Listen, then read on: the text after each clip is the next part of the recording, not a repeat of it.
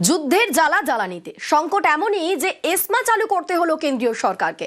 বাড়িতে সিলিন্ডারের যোগান দিতে বাণিজ্যিক গ্যাসে কোপ, হোটেল রেস্তোরাঁয় সিলিন্ডার দেওয়া বন্ধ, শুধুমাত্র হাসপাতাল ও শিক্ষা প্রতিষ্ঠানে সরবরাহ করা হবে।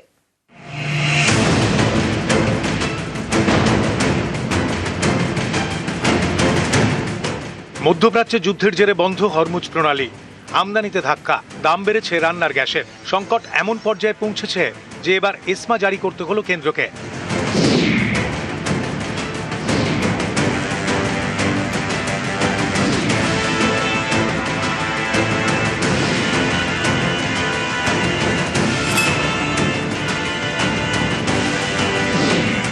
এসেন্সিয়াল সার্ভিসেস মেইনটেনেন্স অ্যাক্ট, জরুরি পরিষেবা বজায় রাখতে আইন, এই আইনে এবার বাণিজ্যিক গ্যাসে কোপ।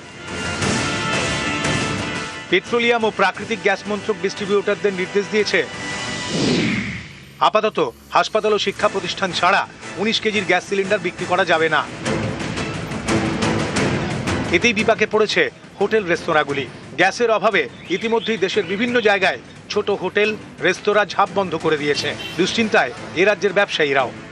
রাস্তায় প্রচুর লোক খায় এবং তাদেরকে আমরা খাবার যোগাই, এবং এই খাবার জোগাতে গিয়ে যদি আমি আমার খাবারটা তৈরি না করতে পারি, তাহলে খাবারটা আমি খাওয়াবো কী করে? কয়েকদিন আগেই রান্নার গ্যাসের দাম বাড়ানো হয়েছে। বাড়িতে ব্যবহৃত রান্নার গ্যাসের দাম বেড়েছে সিলিন্ডার পিছু 60 টাকা, আর বাণিজ্যিক গ্যাসের দাম বেড়েছে সিলিন্ডার পিছু 114 টাকা 50 পয়সা।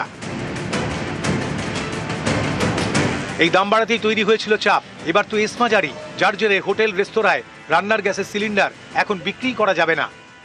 প্ল্যান্টে গাড়ি দাঁড়িয়ে আছে, লোড দিচ্ছে না, গাড়ি আসে না। বাজারের অবস্থা এখন কি হবে বলা যাচ্ছে না, অবস্থা খুবই খারাপ আছে। শুধু ছোট হোটেল রেস্তোরাঁ নয়, কলকাতার নামকরা বিরিয়ানির দোকানও চিন্তায়।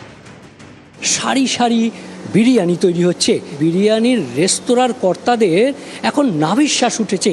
গ্যাসের সংকট, যুদ্ধের পরিস্থিতিতে এখন কার্যত সংকটে রয়েছে এই বিরিয়ানি চেইনের রেস্তোরাঁ। আমরা খুবই সংকটে পড়ে গেছি। আমাদের যা রিকোয়ারমেন্ট গ্যাসের, তার 50% পাচ্ছি। বলছে গ্যাসওয়ালা গ্যাস দিতে পারবো না, প্রোডাকশন বন্ধ হয়ে গেছে। এটা লাস্ট আমাদের দিয়েছে। চিন্তা ভাবনা করা হচ্ছে যদি কাঠ কয়লা দিয়ে করা যায়।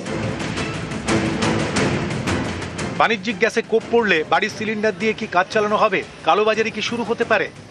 এখনই যার কাছে যা স্টক আছে সেটারই ব্ল্যাক মার্কেটে অলরেডি ব্ল্যাক হওয়া আরম্ভ হয়ে গেছে। জনগণের একটা বিরাট অসুবিধায় পড়বে। আমরা ব্যবসা করে খাই, আমাদের সংসারে টান পড়বে, সব রকমভাবেই আমরা এফেক্ট হয়ে দাঁড়াবো।